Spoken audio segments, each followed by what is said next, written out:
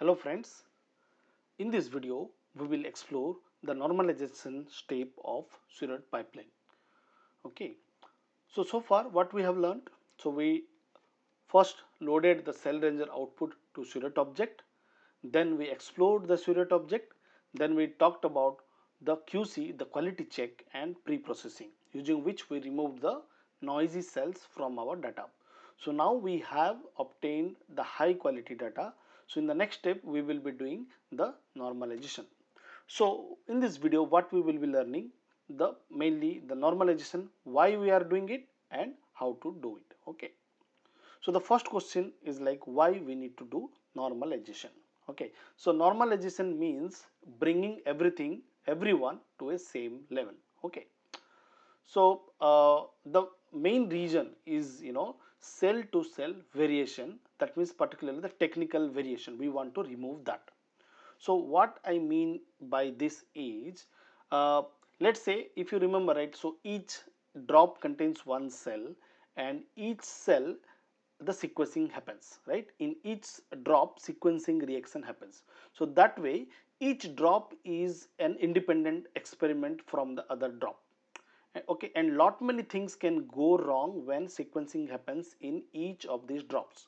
So for example, we are capturing the mRNA, right? So that means we are breaking the cell within the drop and collecting the mRNA using, let's say, poly a tail, poly like that, right? We are capturing the mRNA. So that capture efficiency can go wrong. I mean, cannot means may not be similar in each droplet. So let's say in some drop capture efficiency is good, okay, but where in the other drops capture efficiency may be less.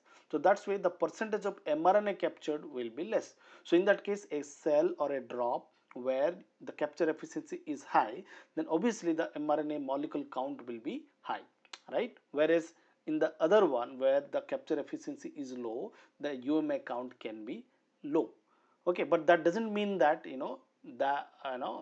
so means what I mean, the information is there, cell gene expression profile we are can detect it, but the numbers are very different. Okay, similarly now once we have the RNA, right, we convert that to DNA, so then cDNA conversion step is there. So that also, that reverse transcription efficiency may differ from drop to drop. So that way each cell can have a bias because of this reverse transcription. Similarly, we are doing the PCR. Maybe PCR does not happen uniformly. So because of that, the count may be different. You may get different. Okay. Also, sequencing depth in some droplets, the depth of sequencing is high compared to the other droplets. Okay. And last important parameter that is the cell size and the cell cycle stage. Cell cycle is an important part. Okay, again we will be talking about the cell cycle stage, how it affects in a later video. But cell cycle, like some cell will be in their G1 or G2 growth phase, some cell will be in their S phase, and some will be in the M phase.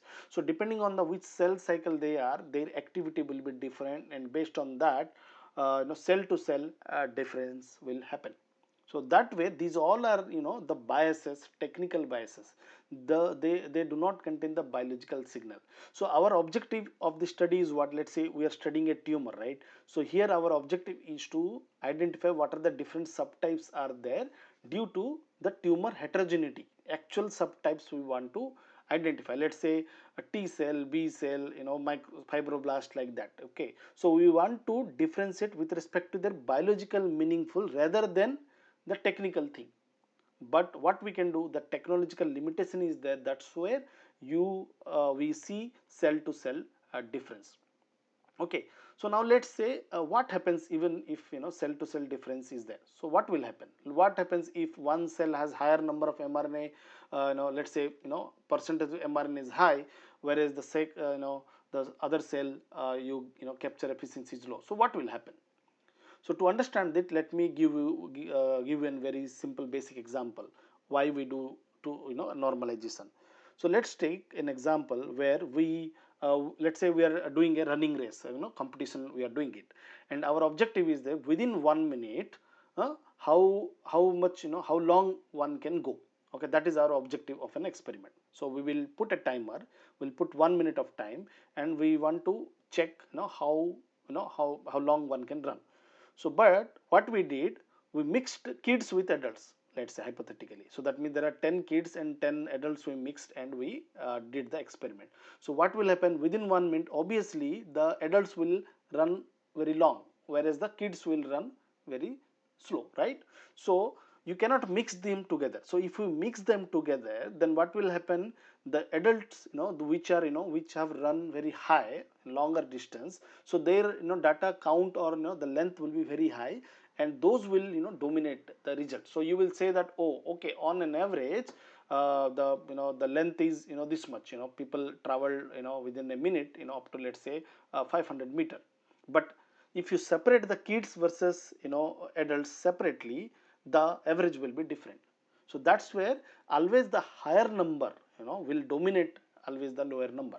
Okay, so to avoid that, what we can do, we can divide anyone like with respect to their age group. So for example, if a kid ran for hardly 100 meter, so you divide with respect to their age. Similarly, for adult, you divide with respect to their age. So we are now, or since age is that factor, technical factor, we are dividing with that.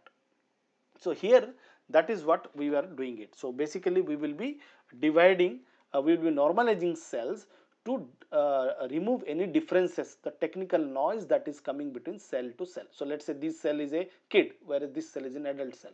Okay, so I mean that example I am correlating.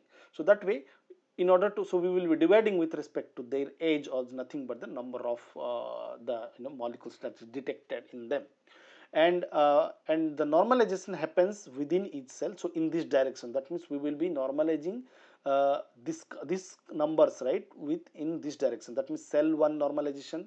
So we will normalize cell 1 and then normalize this one, then normalize in the, so that all the cells are now normalized. So that means they are on the same level or same page. So now we can compare them. So earlier, let's say this cell was higher dominating one, good, everything is good, sequencing is good, PCR is good, everything is good. You may expect a higher count, whereas sequencing is poor here, the count is not that great. So you cannot mix them, but once we normalize them, so we can now compare. They are onto the, we brought them into same page, so now we can compare them. So now that is the use why we need to do it. And now next question comes like how to do it. So there are popular different normalization method are there, and Seurat uses the log normalization method. The method is very simple. What you do, you take the total count of the total count and divide each count with respect to the total count. So the same analogy, divide with respect to age, right? So let's say lower count means you will divide with lower value, but this cell, the count is very high, total count, so that means you will be dividing with the total count. So that way everyone gets divide with respect to their they came into we are normalizing with respect to the total count, and then we are multiplying with the scale factor, and then we are doing the log transformation. I will talk about scale factor again. So let's take an example. Okay, in this example, so now let's say total count of cell 1 is what, 3 plus 2 plus 1 plus 25, so 31. So let's say, ignore this dot, let's say 31 UMI is detected. In case of cell 2, 2 plus 3 plus 14 plus 0, so 19 total count. So now what we will be doing, we will dividing that with respect to the total UMIs. So we will now, in case of cell 1, so 3 will become what, 3 by 31, because 31 is what, the total UMI of that cell. So we will divide every count with respect to that. So 3 by 31, 2 by 31, like that, 1 by 31 and 25 by 31. So it will give you some number, right? So now playing with this number is very difficult, right? Decimal, always confusing. So what you do, you multiply with respect to some scale factor. In this hypothetical example, I am in order to convert them into some easy to remember number kind of thing, I am multiplying them with respect to the scale factor, that is around, which is in the same order of magnitude as that of the the total UMI. So for example 31, right? So I multiply with this 100. Let's say this count is in the 1000 range, 310 something, so I will multiply with the 10,000, like that, so that many I will get the 9.6. And again I will be converting into log scale, so that the scale will be into log transform and easy to I can compare it.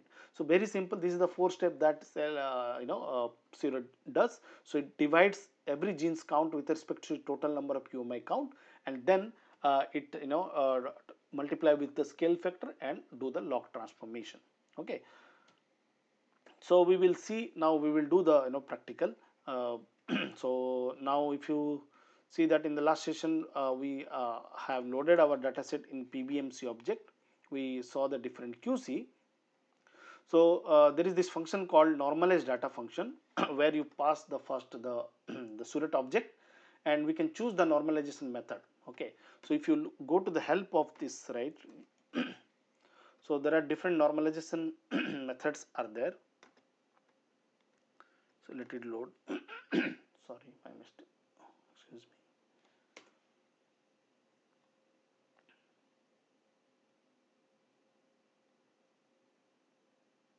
I don't know. My system has become very slow. Sorry for that.